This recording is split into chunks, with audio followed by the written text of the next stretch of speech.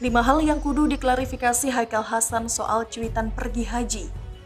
Ditulis oleh Widodo SP di siward.com.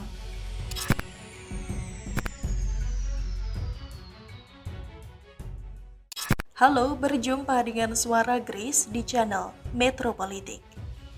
Haikal Hasan kembali menjadi pemberitaan terkait cuitan yang diunggahnya terkait ibadah haji yang sampai hari ini kuota belum dibuka oleh pemerintah Arab Saudi termasuk untuk Indonesia. Cuitan yang kabarnya sudah dihapus tersebut, menurut lansiran laman tribunnews.com, masih beredar luas karena tangkapan layarnya sempat dilakukan untuk menjadi bukti agar Haikal tidak bisa mengelak, sehingga publik masih dapat menilai sendiri kira-kira maksud Haikal Hasan seperti apa terkait cuitan itu. Berikut isi cuitannya. Baru pertama kali terjadi sejak ada NKRI di mana warganya tidak bisa pergi haji.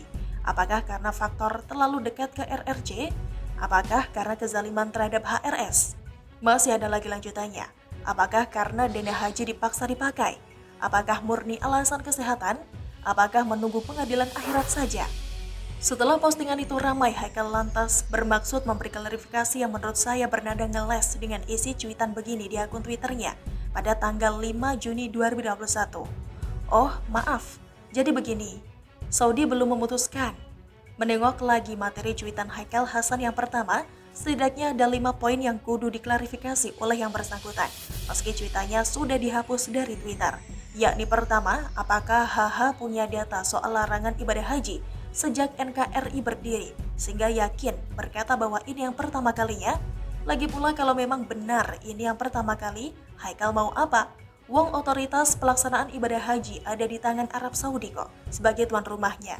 Sejatinya, apapun alasan Arab Saudi, bahkan jika tidak ada kondisi pandemi sekalipun tetap menjadi hak negara di kawasan Timur Tengah itu. Kedua, karena terlalu dekat dengan RRC, poin ini bisa jadi masalah karena sudah ada unsur tudingan ke negara lain. Terlebih kalau sudah sebut RRC yang kerap menjadi semacam pemantik karena stigma Cina yang sudah kadung melekat dalam sejarah masa lalu di negeri ini, terutama sejarah yang kelam terkait isu rasial. Mau provokasi nih ceritanya. Ketiga, tudingan zalim terhadap HRS.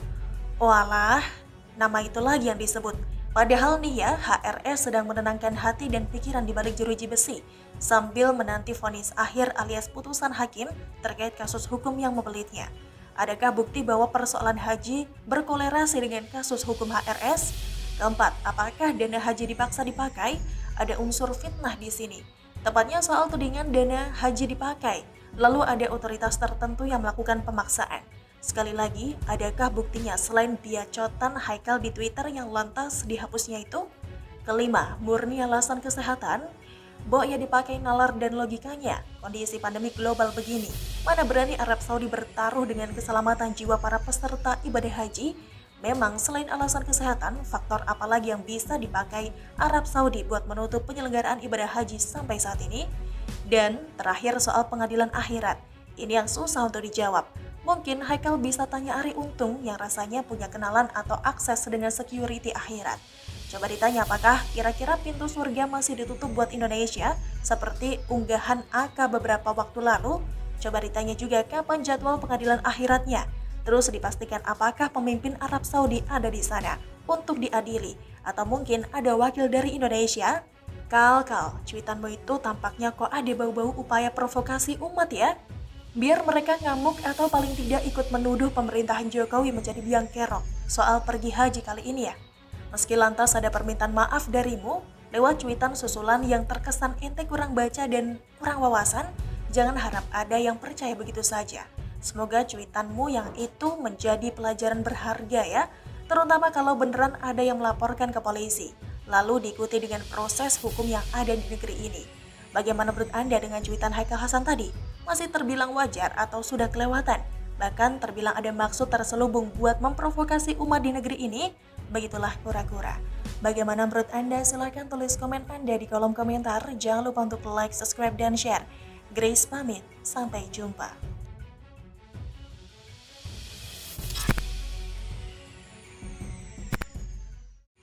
Denny Siregar bongkar kong kali kong Prabowo dan PT TMI di proyek Alutsista. Ditulis oleh Niha Alif di siward.com.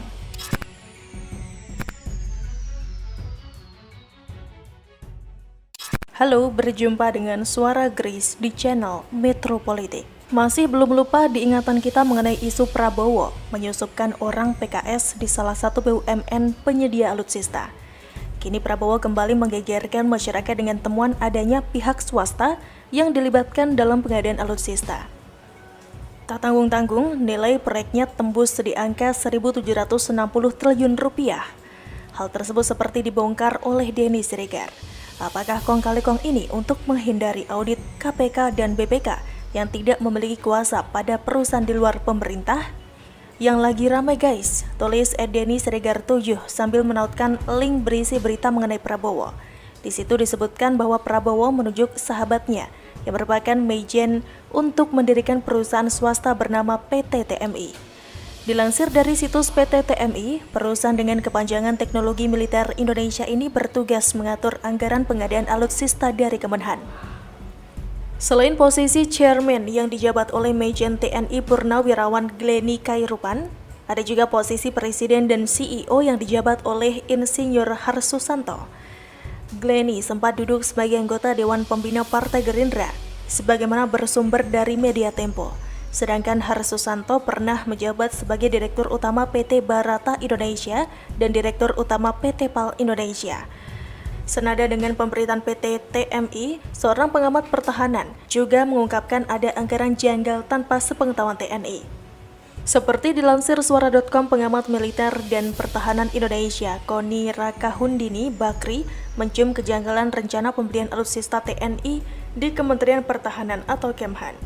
Koni Bakri mengaku sudah mendapat dokumen jika Menhan Prabowo Subianto tengah menyiapkan belanja alutsista TNI senilai 1.760 triliun rupiah pada periode 2020 hingga 2024 yang akan dituangkan ke dalam Perpres.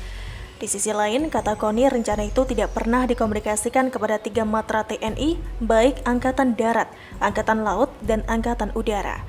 Adapun spending alutsista ini digenjot setelah tragedi KRI Nanggala 402 dianggap pas menjadi trigger agar TNI mendapatkan alutsista terbaru. Saya sudah pegang kopi rancangan Perpres dari Menhan Prabowo soal pengadaan alutsista periode 2020-2024. Jumlahnya 1.760 triliun rupiah. Saya ulangi, 1.760 triliun rupiah. Dan disebut akan dilakukan hanya dalam waktu 3 tahun, kata Koni dikutip dalam wawancara daring Crosscheck pada Senin 10 Mei 2020 lalu. Angka belanja alutsista itu bagi Koni Bakri benar-benar sangat fantastis. Angka itu jauh, bahkan 10 kali lipat lebih dari anggaran tahunan Republik Indonesia. Apalagi disebutkan harus habis dalam kurun waktu beberapa tahun saja, bukan 25 tahun yang digadang-gadang beberapa pihak. Ada yang saya takutkan, ini concern saya. Padahal sebuah roadmap pertahanan harus diketahui dulu kepentingan nasionalnya.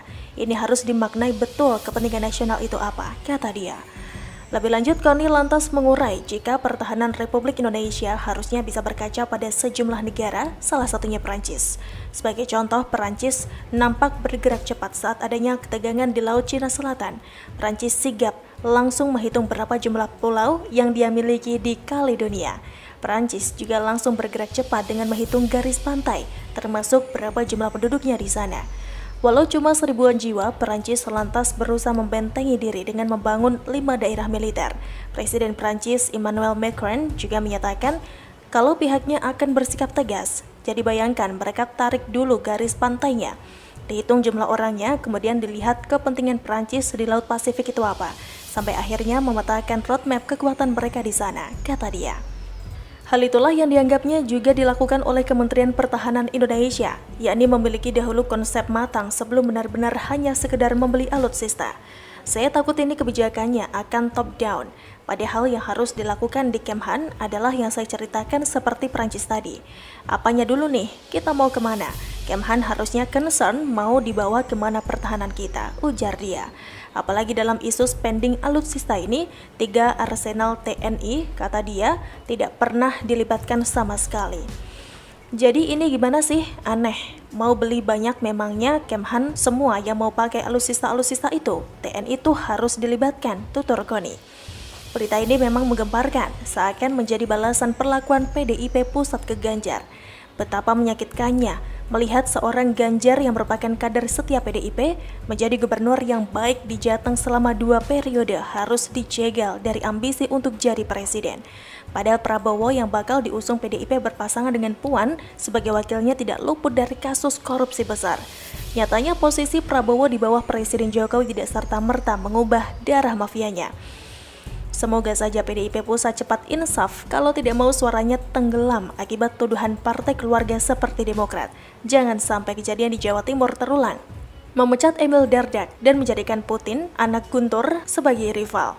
Akibatnya suara PDIP jeblok meski berkoalisi dengan PKB yang notabene sama-sama partai besar di Jatim.